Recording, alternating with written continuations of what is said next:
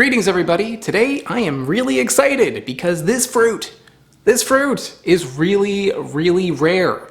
This is a Solanum species, so it is related to tomatoes and eggplants and stuff like that. However, this is something that is so rare that it was only recently documented. In English, people have given this the name Brazilian Sunberry, but in the area that it grows, it is known as oocarpum, which I'm probably saying wrong. That is in the Tupi-Guarani language, also saying that wrong, and it translates to big yellow fruit.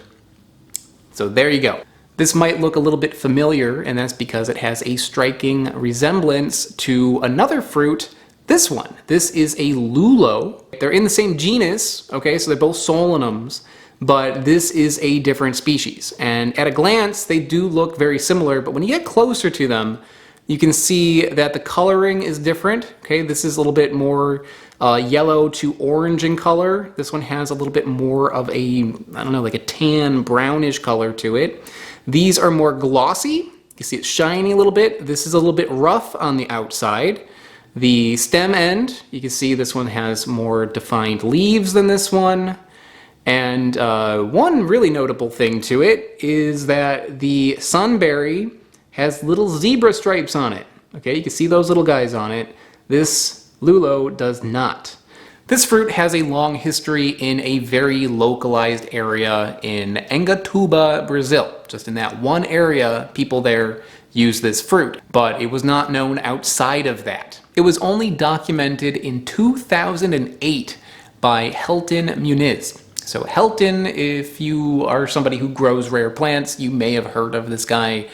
He has a crazy collection of plants in Brazil, and he went on an expedition to this area and discovered this plant there. Because this was only recently documented, there is not a lot of information about this thing. If you go on Wikipedia, there's no Wikipedia listing for even the species of this.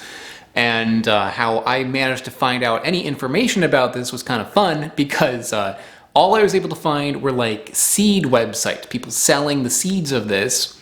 And from looking at that, I was able to trace back a forum post on a fruit collecting forum about this. And the guy on there says like, oh, I got it from Helton. So I went to Helton's website and he has some information about it. So I was able to, without so many steps, trace back the entire lineage of how this got spread around online. And I think that that's fantastic. You know, Brazil has a lot of deforestation. A lot of species are being lost. So for something to be discovered today that was someone went out, found this thing, and then managed to trade around the seeds so it is now growing in somebody's backyard in Florida, that's kind of great. This, by the way, was sent to me by the Santa Cruz rare fruit growers. They have seeds available on their website, they have events, they do tours of their collection, all sorts of cool stuff. So check out their link right there if you want to learn more about them. And yeah, let's cut it open. Let's do it. Ooh, wild.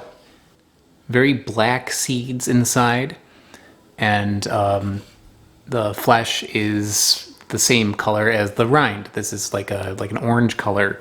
As soon as I cut this open, I was hit with this little puff of scent, and it's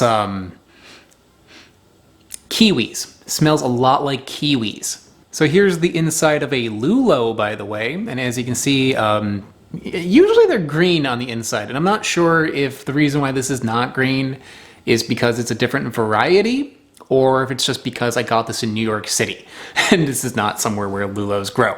So maybe it was picked early or something. But either way, you can see it's got this kind of like jelly sort of consistency on the inside, and not very prominent seeds, little white seeds in there. That is what they look like when they are green also. This, I mean, it's very different. You know, it still has like these 4 segments in it. You can see that. But it has very dark seeds, and it doesn't have this sort of like gel sort of deal going on. So I'm just going to get a little bit out of this with a spoon. And try not to drop it on the floor. Okay, there we go. It's kind of tough. All right. Ooh, that's really good. The Sunberry has a lot of flavor to it. The first flavor that I'm getting is kiwi. It does taste like it smells. It does have a kiwi taste, but that's not all. There's more going on in there. It's got like a bit of a tomatoey vibe, but in the fruity side of it rather than savory side.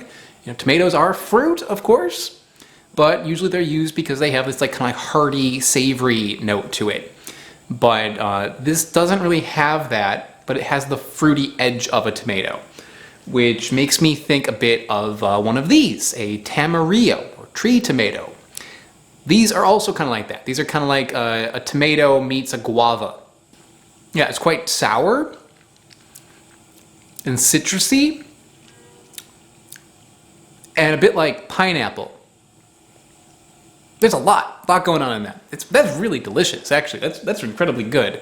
I think I might actually like that more than a regular lulo. To break down the sweetness and sourness on this, I think it's probably sweeter than I think because it is so sour. It's a little bit difficult to tell. I'd say it's like a 5 out of 10 on sweetness, more or less, and a 6 out of 10 on sourness. It's more sour than an orange, and about the same sweetness as an apple. Maybe a little bit more for either of them because it's kind of hard to tell with those two kind of fighting each other. But either way, pretty well balanced. Like that is something you could eat out of hand totally fine. Kiwis, tomatoes, pineapple, citrus. It's good. It's good. It does taste a little bit similar to the lulo, so let me try this one. Just a little reminder. Now this is a really, really crappy lulo, but even then, I do taste a little bit of a similarity, but there's a lot more going on with the Sunberry than there is with the lulo. The lulo, you get a little bit of a citrusy taste, a little bit of like this fruity tomato taste. This has that, but then additional kiwi pineapple sort of taste also. So I think that's about it for the Brazilian Sunberry. This is an incredible little fruit, very nice flavor to it. And the fact that this was only recently documented just 15 years ago is incredible. So I feel very lucky to get a chance to try this. A big thank you to the Santa Cruz Rare Fruit Growers for sending this to me. Check out their information right here on the screen and in the description. And I think that's about it. I'll see you all next time. Bye-bye. I would like to give a very big shout out to Smarter Every Day and JMac. They are mega patrons over on my Patreon page, which I've linked in the description below. If you are not familiar with Patreon, this is a way that you can support creators like me and get some really cool bonuses in return, like exclusive content, early access. There's even one where I will send you cool stuff in the mail. You gotta check it out, and that is linked below. If you don't want to go on Patreon, another way you can support the channel is by getting a t-shirt, like the one that I'm wearing right now. This is the Durian Anatomy shirt, which is available in the description below. Thanks so much, everybody. Bye-bye.